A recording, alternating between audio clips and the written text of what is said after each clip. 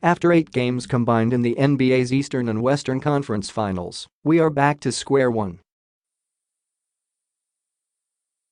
The 4 teams remaining, the Golden State Warriors, Cleveland Cavaliers, Houston Rockets and Boston Celtics, all have 2 wins under their belt, and of course, all remain very much in the mix to advance to the NBA's biggest stage.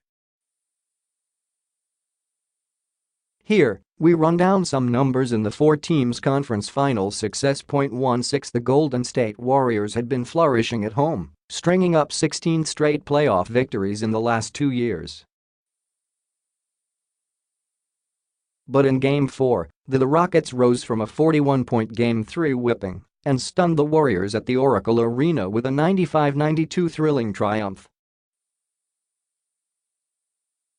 The sight of the Roaracle Arena fans exiting in disgruntled silence has become a rarity in the playoffs. The last time this happened, the city of Cleveland ended a 52-year title drought in the 4 major sports franchises, NBA, MLB, NFL, NHL, as the Cavaliers won Game 7 of the 2016 NBA Finals. Since that devastating loss, Golden State went on a tear, winning 16 straight playoff games at home, a new NBA record that eclipsed the 15 straight wins set by Michael Jordan's Chicago Bulls until it was snapped on Tuesday, May 22. This only means that winning Game 5 in Houston is a must for the Rockets, because if they don't, the Warriors get a chance to end the series at home. The Rockets shouldn't hope that lightning would strike the same place twice. 32 LeBron James is the king of the East. Period. And the upstart Boston Celtics learned that the hard way when King James dropped 44 points on 18 field goals as the Cavaliers evened up the series 2-2 in Game 4. No matter how weak his supporting cast has been, LeBron is LeBron. And he is averaging 32 points, 7 rebounds and 9 assists so far in the conference finals.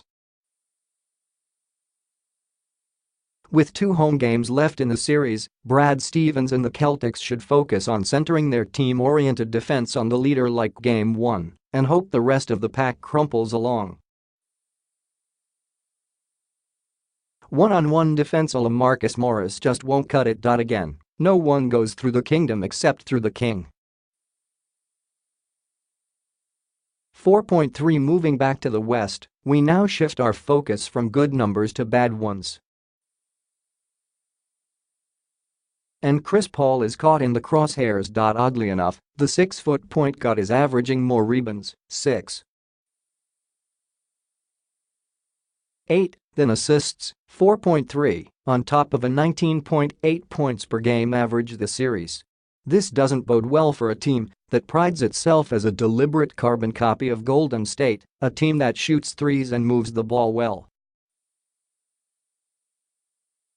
Whether by design, too much iso ball for James Harden, or by accident, players not making shots off assists, CP3 needs to reassert his dominance on his own team if they want a realistic shot in making the NBA Finals.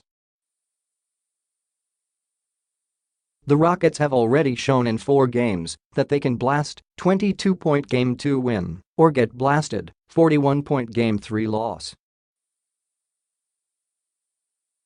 It's up to CP3 to ensure that they orchestrate towards the right results. 160 In 4 games in the East Finals, the Boston backcourt has outscored Cleveland's by nearly 100 points, 160-64. The veteran tandem of George Hill and J.R. Smith were simply no match for young guns Terry Rozier and Jaylen Brown. Here is the point breakdown of both teams' respective starting guards for each game, in order: 31-10, 41-3, 47-24, 41-27. In all 4 games, Rozier and Brown outperformed their Cavs counterparts, including flat-out embarrassments in Game 1 and especially 2. It's no coincidence that the Cavs also lost big in both games, even though LeBron dropped 42 points in Game 2. The Celtics need to keep the same energy flowing from their perimeter players if they want to break their 8-year finals drought.